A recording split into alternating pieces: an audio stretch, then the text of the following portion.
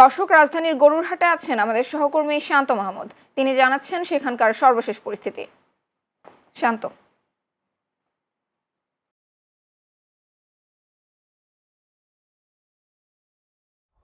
জান্নাত, আপনি কিন্তু জানেন পবিত্র ঈদুল আজহার আর মাত্র 5 দিন সময় বাকি রয়েছে। ইতিমধ্যে কিন্তু রাজধানীর যেসব অস্থায়ী পশুর হাট রয়েছে সেই পশুর হাটগুলো কিন্তু জমতে শুরু করেছে।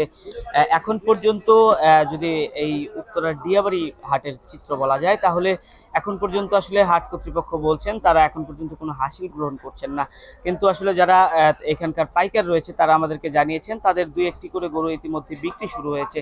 যদি দিয়াবাড়ি পশুর হাটের ভিতরের চিত্র জান্নাত একটু দেখানোর চেষ্টা করি, এখানে ঈদের যেই অগ্রিম সময় সেই সময়ের অনেকটা আগেভাগেই কিন্তু এই উত্তরার দিয়াবাড়ি পশুর হাটে কিন্তু পশু বিক্রেতারা কিন্তু তাদের যেই কুরবানির পশু সেই পশু নিয়ে কিন্তু তারা আসছেন। জানাত, আরো একটি বিষয় জানিয়ে রাখি, এই হাটটি কিন্তু মূলত 14,15,00,000 টাকায় ইজারা নিয়েছে ইজারাদার। এখন পর্যন্ত যদি বলা যায় হাটের নিরাপত্তার জন্য পুলিশ, র্যাব, বিজিবি সহ বিভিন্ন আইন শৃঙ্খলা বাহিনী কিন্তু কাজ করছে। এছাড়াও যে বাজার কমিটির যে নিজস্ব ভলেন্টিয়ার রয়েছে তারাও কিন্তু এই নিরাপত্তার জন্য কাজ করছে।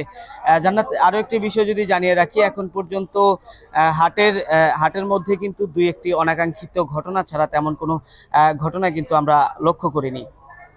জান্নাত, এই ছিল আমার কাছে দিয়াবাড়ি পশুর হাট থেকে সর্বশেষ। ধন্যবাদ শান্ত।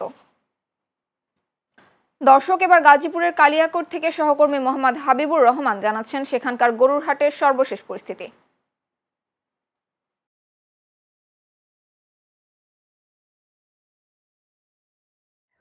জান্নাত, আপনাকে ধন্যবাদ। আপনি জানেন যে আর কয়েকদিন পরেই ঈদুল আজহা।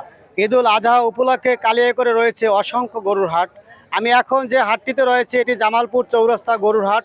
এই হাটটি আমি আপনার মাধ্যমে দেখানোর চেষ্টা করব যে এখানে রয়েছে ছোট বড় হাজারো গরু, যা বিভিন্ন জেলা থেকে এখানে বিক্রি করার জন্য নিয়ে এসেছে। আমরা কথা বলেছি ব্যাপারীদের সাথে, তারা আমাদেরকে জানিয়েছে যে তুলনামূলকভাবে এবছর গরুর দাম অনেকটাই কম রয়েছে। তবে আমরা কথা বলেছি ক্রেতাদের সাথে, যারা কোরবানি দেওয়ার জন্য গরু কিনতে এসেছে তাদের সাথে আমরা কথা বলেছি। তারা জানিয়েছে যে গরুর দাম তুলনামূলকভাবে গত বছরের মতনই রয়েছে। তবে এই হাটটি প্রতি বছরে নেয় হাজার হাজার গরু এবছরও বিক্রি করার জন্য বিভিন্ন জেলা থেকে নিয়ে এসেছে। আমরা কথা বলেছি উপজেলা প্রশাসনের সাথে, তারা জানিয়েছে যে এবছর 5টি গরুর হাটের অনুমোদন দিয়েছে উপজেলা প্রশাসন। তবে কালিয়াকৈরে কোরবানি ঈদুল আজহা উপলক্ষে রয়েছে অসংখ্য গরুর হাট।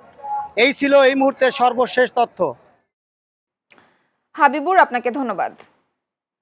দর্শক, এবার নওগাঁ থেকে সহকর্মী মেহেদী হাসান অন্তর জানাচ্ছেন সেখানকার গরুর খামার থেকে সর্বশেষ খবর।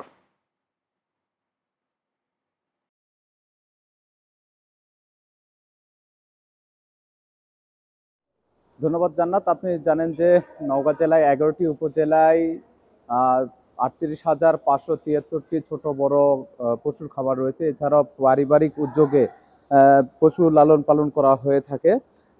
এবছর জেলা প্রাণী সম্পদ বিভাগের তথ্য অনুযায়ী এবার জেলায় কুরবানির জন্য প্রস্তুত করা হয়েছে 7,88,320টি গবাদি পশু। এর মধ্যে রয়েছে গরু, ছাগল, ভেড়া ও মহিষ।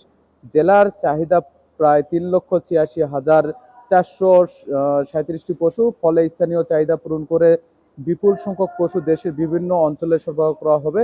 এতে প্রায় 4,000 কোটি টাকার বাণিজ্য হবে বলে জানিয়েছেন। ঈদ যত ঘনিয়ে আছে ততই ফিরে পাচ্ছে নওগাঁর পশুর হাটগুলো।